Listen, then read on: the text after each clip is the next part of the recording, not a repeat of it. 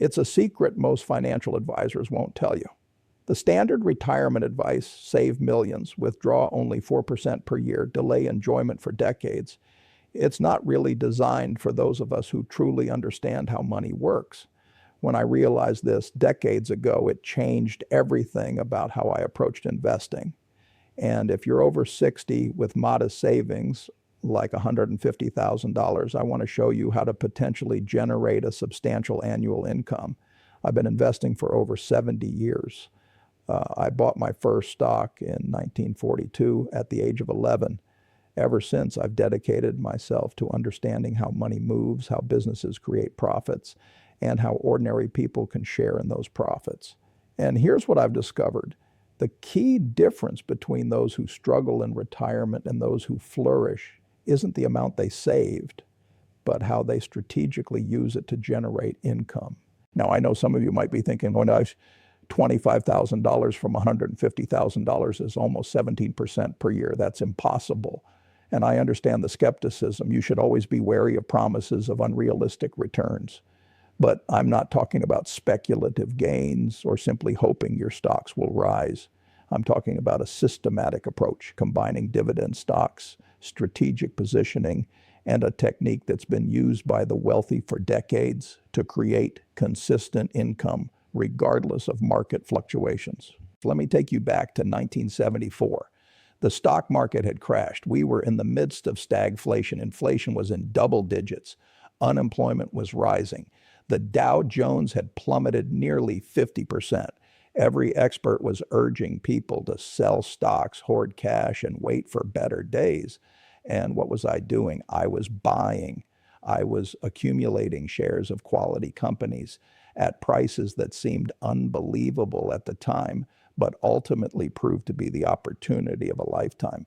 But more importantly, I was focused on income, not just price appreciation. I understood then, as I do now, that you can't control the stock market's behavior, but you absolutely can control the income your portfolio generates. And if that income surpasses your expenses, you'll never have to fear market crashes. You won't be forced to sell at the bottom. You simply continue collecting your checks and patiently wait for the storm to pass. This insight has been the cornerstone of my investment philosophy for over 7 decades. And today I want to show you how to apply it to your own situation, how to potentially transform $150,000 into a reliable income stream. This isn't just theory. It's a practical, actionable strategy you can start implementing today. Let's begin by understanding the fundamental difference between total return and income return. Most financial advisors focus almost entirely on total return. They advise you to build a diversified portfolio, wait for it to grow, and then sell off pieces to fund your retirement. The problem with this approach is that it leaves you entirely at the mercy of market conditions. If the market crashes when you need to sell, you're forced to lock in losses. Selling during a downturn depletes your principal faster than expected. And worst of all, you spend your retirement constantly worrying if your money will last. The income approach is fundamentally different. Instead of aiming for appreciation and then selling, you build a portfolio specifically designed to generate income. You prioritize investments that pay you regularly, regardless of stock prices, and you structure that income to exceed your expenses. This way, you ideally never have to sell anything. Your principal remains intact, generating income year after year. Now let's be clear.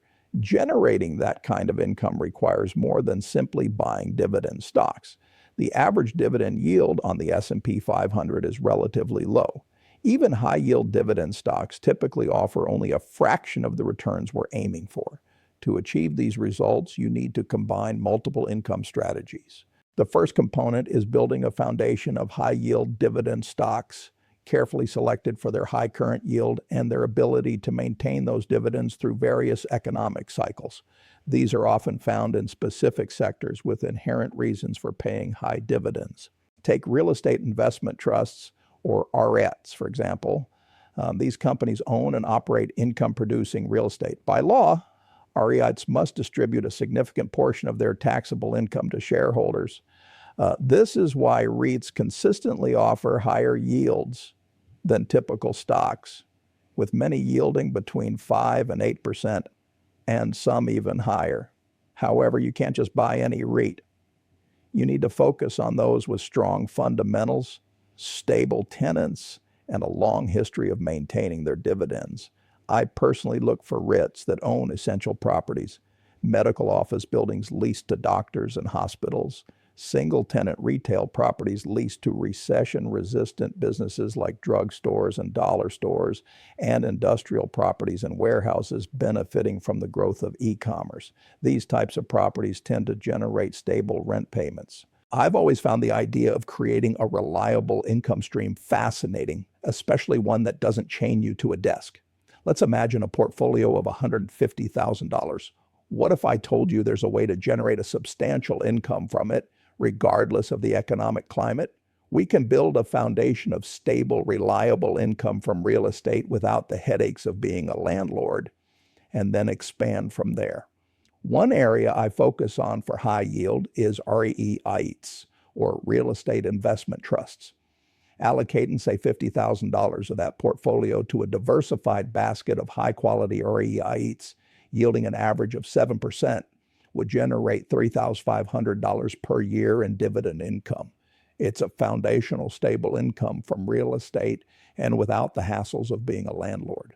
The second sector I look at for high yield is business development companies, or BDCs. These are essentially publicly traded private equity firms that lend money to middle market companies, much like REITs.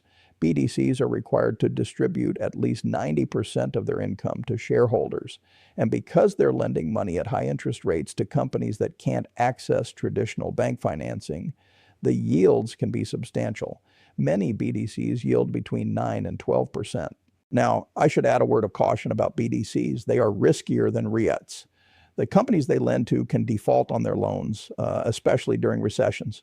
So one needs to be selective. I personally look for BDCs with experienced management teams, diversified loan portfolios, conservative leverage ratios, and long track records of maintaining their dividends through economic cycles. There are perhaps a dozen BDCs that meet these criteria, and those are the ones I'd want to own. If I allocated $30,000 to a diversified basket of high-quality BDCs yielding an average of 10%, that would generate $3,000 per year in dividend income. Combined with the REIT allocation, that's $6,500 per year. But we're not done yet. The third high-yield category is energy infrastructure. I am thinking about master limited partnerships and corporations that own pipelines, storage terminals, and processing facilities. These companies collect fees for transporting and storing oil and natural gas. They are essentially toll collectors on the energy highway. And because their revenue is based on volume rather than commodity prices, their cash flows are remarkably stable, regardless of whether oil is at $50 or $100 a barrel. Energy infrastructure companies yield between 6 and 9%. And the best ones have been paying and increasing their distributions for decades. I look for companies with long-term contracts, investment-grade credit ratings, and diversified asset bases. These are the workhorses of the energy sector, generating consistent income year after year. Allocating $20,000 to a diversified basket of energy infrastructure companies yielding an average of 8% would generate somewhere $600 per year. Combined with those other allocations, that's $8,100 annually. That's a solid foundation. But to reach our goal of $25,000, we need another component to this strategy. And this is where it gets really interesting. The fourth and most powerful component of this income strategy is selling covered calls. This is a technique that most retail investors have never used, but it's one of the most reliable ways to generate income from stocks you already own. Let me explain how it works. When you own shares of a stock, you have the right to sell those shares at any time at the market price. A covered call is when you sell someone else the right to buy your shares at a specific price by a specific date in exchange for selling them this right. They pay you a premium, cash immediately, regardless of whether they ever exercise that right. Let me give you a concrete example. Suppose you own 100 shares of a stock trading at $50 per share. That's $5,000 worth of stock. You could sell a covered call with a strike price of $55 expiring in 30 days. The buyer pays you, say, $1 per share or $100 total. That $100 is yours to keep no matter what happens. If the stock stays below $55, the option expires worthless. You keep your shares and you keep the premium.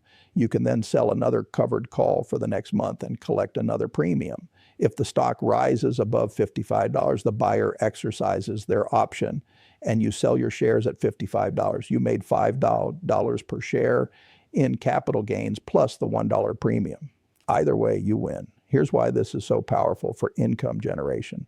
By selling covered calls consistently on stocks you own, you can generate an additional 8 to 15% per year in premium income on top of any dividends those stocks pay. That dramatically increases your total income yield. Now, let me show you how this applies to your portfolio. Suppose you allocate $50,000 to a basket of stable blue chip stocks, companies like those in the consumer staples sector, utilities, or large cap value stocks. These stocks might yield 2 to 3% in dividends, so about Webber's 250 per year. But if you sell covered calls on these positions consistently, you can generate an additional 10% in premium income. That's $5,000 per year in option premium. Combined with the dividends, that $50,000 allocation is now generating $6,250 annually. That's a 12.5% yield. Let me add this to our running total. REITs, $3,500. BDCs, $3,000. Energy infrastructure, $2,600. Blue chip stocks with covered calls, $6,250. Total income so far, $14,350. We're getting closer, but we still need to generate another $10,650 to reach our goal of $25,000. Here's where we get more aggressive with the covered call strategy. Instead of just supplementing dividend income with covered calls, we can use covered calls as the primary income source on a portion of the portfolio. There are exchange-traded funds specifically designed for this purpose. They own portfolios of stocks and systematically sell covered calls on those positions, distributing the premium income to shareholders monthly.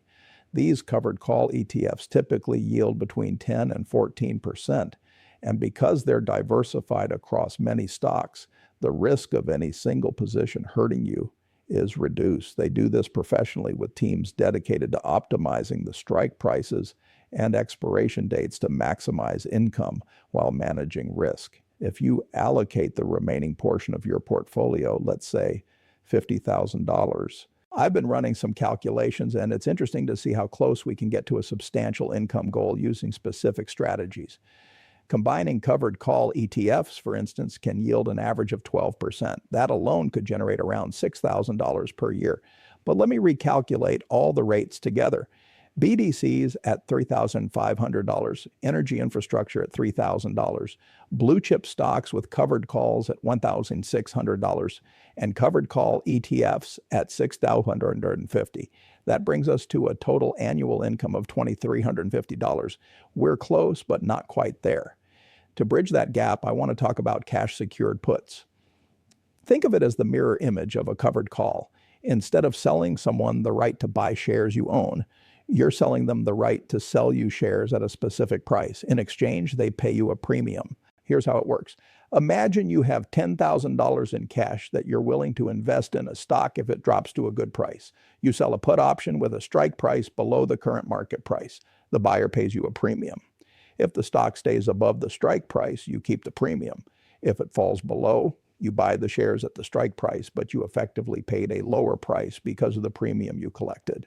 By cycling cash through these cash-secured puts, you can generate an additional 5 to 10% per year on your cash reserves. If you keep $20,000 available for the strategy and generate, say, 8% in premium income, that's another $1,600 per year. Now, let me give you the final tally. REITs at a 7% yield on $50,000 equals $3,500. BDCs at a 10% yield on $30,000 gives us $3,000. Energy infrastructure at an 8% yield on $20,000 equals $1,600.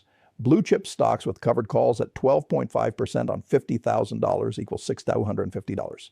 The $20,000 we allocated to covered call ETFs at 12% generates $6,000, and cash secured puts generating 8% on our remaining cash of approximately $20,000 adds another $1,600. Let me add this up: $3,500 plus $3,000 plus $1,600 plus $6,250 plus $6,000 plus $1,600 equals $21,950. We are very close. And here's the thing. I've been conservative in these estimates. Many high-quality REITs yield closer to 8%. Some BDCs yield 11 or 12%. Covered call strategies can generate 15% or more in favorable market conditions.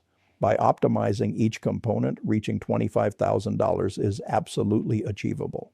But let me be honest with you about the trade-offs and risks involved in this strategy, because nothing in investing comes without trade-offs, and I would be doing you a disservice if I did not explain them clearly. First, high-yield investments carry higher risk than low-yield investments. There's a reason REITs and BDCs yield more than Treasury bonds. They are riskier. Companies can cut their dividends. Defaults can occur in loan portfolios. Energy infrastructure companies can face regulatory challenges. You are being paid to take on this risk. The key is managing that risk through diversification and careful selection of quality investments within each category. Second, covered call strategies limit your upside potential. When you sell a covered call, you're agreeing to sell your shares at a specific price. If the stock rockets higher, you miss out on those gains. You still make money, but not as much as you would have if you had simply held the shares. This is the trade-off for generating consistent income. You sacrifice some upside potential in exchange for reliable premium income. Third, this strategy requires more active management than a simple buy and hold approach. Covered calls expire. You need to roll them to new positions. You need to monitor your holdings and make adjustments. This is not a set it and forget it strategy. If you're not willing to spend a few hours per month managing your portfolio, this approach may not be right for you. Fourth, option strategies have tax implications. Premium income from selling options is typically taxed as short-term capital gains, which is taxed at ordinary income rates. This means a portion of your income will go to taxes. In a tax-advantaged account like an IRA, this isn't an issue, but in a taxable account, you need to factor this into your planning. Now, let me tell you why I believe these trade-offs are worth it for someone over 60 with $150,000. The alternative is following conventional advice and withdrawing 4% per year, which gives you $6,000 annually, putting everything in bonds, yielding 3% and getting $4,500, or waiting another decade to retire while inflation erodes your purchasing power. The reality is that for someone over 60, time is your most precious resource. You cannot wait another 20 years for your portfolio to grow. You need income now. This strategy provides that income while keeping your principal largely intact. Let me tell you a story that illustrates why this matters. Back in the 1990s, I knew a man named Frank. He was 62 years old with about $180,000 saved for retirement. Every financial advisor he spoke to told him he did not have enough. They said he needed to work another 10 years, save more money, and build a larger nest egg. Frank was devastated. He had worked his whole life and was facing another decade of labor just to reach some arbitrary number. Frank came to me and asked what I would do in his situation. I told him about income investing, about focusing on cash flow rather than total return, about building a portfolio designed to pay him rather than a portfolio designed to grow. We worked out a strategy similar to what I've described today. High yield investments combined with covered call strategies to maximize income. Frank retired at 63. His portfolio generated enough income to cover his expenses. He did not have to touch his principal. And the beautiful part, because he was generating income rather than selling shares, market crashes did not hurt him. When 2008 happened and the market fell 50%, Frank just kept collecting his dividends and option premiums. He did not panic. He did not sell at the bottom. He just waited it out while his income kept flowing. Frank lived until he was 89 years old, 26 years of retirement. And when he passed, his portfolio was actually larger than when he started. Imagine inheriting more than what your parents started with. And that's the power of income investing. And it's what I truly want for you. Not the stress of market crashes, not the worry of whether your money will last, but reliable income that lets you simply enjoy life. Now, let me walk you through exactly how to implement this strategy. because knowing the theory is useless if you don't know how to put it into practice. Step 1 is to open or use an existing brokerage account that allows options trading. Most major brokerages offer this, but you'll need to apply for options trading permission. For covered calls and cash secured puts, you typically need level 1 or level 2 options approval, which is relatively easy to obtain. Step 2 is to divide your portfolio according to the allocation I described. Roughly $50,000 to REITs, $30,000 to BDCs, $20,000 to energy infrastructure, $50,000 to blue chip dividend stocks for covered call writing, and keep $20,000 in cash for cash secured puts. Of course, adjust these numbers based on your specific situation and risk tolerance. Step 3 is to research and select specific investments within each category. For REITs, look at companies like Realty Income, which has paid monthly dividends for over 50 years, National Retail Properties, and Medical Properties Trust. Diversify across different property types and geographies. For BDCs, research companies like Main Street Capital, which has an exceptional track record, Ares Capital, and Hercules Capital. Look for experienced management teams and conservative leverage. For energy infrastructure, consider Enterprise Products Partners, Energy Transfer, and Kinder Morgan. Focus on companies with investment-grade ratings and diversified asset bases. For your covered call portfolio, select stable blue-chip companies with liquid options markets, consumer staples companies, large utilities, major banks, companies whose stock prices are relatively stable, because that makes covered call strategies more predictable. Step 4 is to learn how to sell covered calls. This is simpler than most people think. Your brokerage platform will have an option chain that shows all available options for any stock you own. You select an expiration date, typically 30 to 45 days out. You select a strike price, typically 5 to 10% above the current stock price, and you sell to open the call option. The premium is immediately credited to your account. Step 5 is to manage your positions over time. When options approach expiration, you either let them expire worthless and sell new ones, or you roll them forward to a new expiration date. This is a routine process that takes maybe an hour or two per month once you get the hang of it. Step 6 is to monitor your income and adjust as needed. Track how much income each component of your portfolio is generating. If one area is underperforming, investigate why and make adjustments. The goal is consistent income, and that requires ongoing attention. Now, let me address some common questions and concerns about this strategy. What if the market crashes? Well, this is actually when income strategies shine. During the 2008 crash, dividend-paying stocks dropped in price just like everything else, but most quality companies maintained their dividends. Investors who focused on income kept collecting their checks and waited for the recovery. They didn't have to sell at the bottom to fund their expenses. Their income gave them the ability to be patient. What about inflation? This is a legitimate concern with any fixed income strategy. The good news is that dividend growth stocks tend to increase their dividends over time, which provides some inflation protection. Additionally, covered call premiums tend to increase during periods of higher volatility, which often coincides with inflationary periods. The strategy isn't immune to inflation, but it provides better protection than bonds or cash. Is this strategy appropriate for everyone? No, this strategy requires a higher risk tolerance than traditional retirement approaches. It requires willingness to actively manage your portfolio and understanding of options trading. If any of these things are not true for you, a simpler approach might be more appropriate. Can I start with less than $150,000? Absolutely. The principles work at any scale. The specific allocations might be different, and you would need to adjust your income expectations accordingly. But the core strategy of combining high-yield investments with covered call income generation works whether you have $50,000 or $500,000. What if I need more than $25,000 per year? Scale up the strategy. The percentage returns are what matter.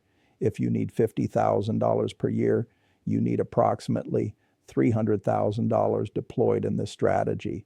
The math scales linearly. Let me leave you with some final thoughts. The traditional retirement advice, the advice that says you need millions of dollars and decades of saving before you can retire, That advice serves the financial services industry, not you. It keeps you working longer, paying more fees, and feeling anxious about your future. The income approach I've described today puts you in control. It generates cash flow that supports your lifestyle. It reduces your dependence on market appreciation, and it can work with amounts of money that traditional advisors would say are insufficient. I have been investing for over 70 years. I have built one of the largest fortunes in history, and I can tell you with absolute certainty that the principles underlying the strategy are sound. High yield investments exist because investors demand compensation for taking on risk. Covered calls generate income because other investors are willing to pay for upside potential. These are fundamental market mechanisms that have worked for decades and will continue to work for as long as markets exist. The question isn't whether this strategy works. There's one critical idea that separates successful income investors from those who struggle: the margin of safety. When I look at any investment, the first thing I ask myself isn't what happens if everything goes perfectly, but what happens if things go wrong. For income investments, that means looking closely at dividend coverage ratios. How many times over can a company pay its dividend from its earnings or cash flow? If a REIT, for example, earns $2 per share and pays a dividend of $1, its coverage ratio is 2 times. That means earnings could fall by 50%. And the dividend would still be covered. That's a real margin of safety. I look for similar margins of safety in every part of this strategy. I want BDCs with loan portfolios that can absorb significant defaults without harming distributions. I want energy infrastructure companies with long-term contracts that guarantee revenue no matter what commodity prices do. I seek out blue chip companies with decades of dividend history, companies that have proven they can maintain payments even through recessions. This approach means I might occasionally pass on investments with the highest yields in favor of slightly lower yields that offer better protection, and that's perfectly fine. Sustainable income beats maximum income every time. I'd much rather reliably generate $23,000 than unreliably chase $28,000. I also want to talk about the psychology of income investing, something most financial advice completely ignores. When you shift from a growth mindset to an income mindset, something profound happens to how you experience investing. Most investors live in constant anxiety about their portfolio value. They're checking their accounts daily, sometimes hourly. They feel euphoric when prices rise and devastated when prices fall. Their emotional state is completely tied to market movements that they can't control. It's exhausting, stressful, and often leads to terrible decisions like selling at the bottom of a crash out of fear. But income investors experience something completely different. Yes, I notice when my portfolio value fluctuates, but my main focus is on the income stream. Did my dividends arrive? Did my option premiums get credited? Is my monthly income meeting my expectations? These are the questions that matter. And here's the beautiful part. The income stream is remarkably stable compared to portfolio value. When the market dropped 50% in 2008, dividend payments across the market dropped by about 25%. That's still significant, but it's half the volatility. And quality dividend payers often didn't cut at all. This psychological shift is invaluable. It lets you sleep at night. It lets you enjoy your retirement without constantly worrying about the market. It lets you focus on living your life rather than obsessing over financial news.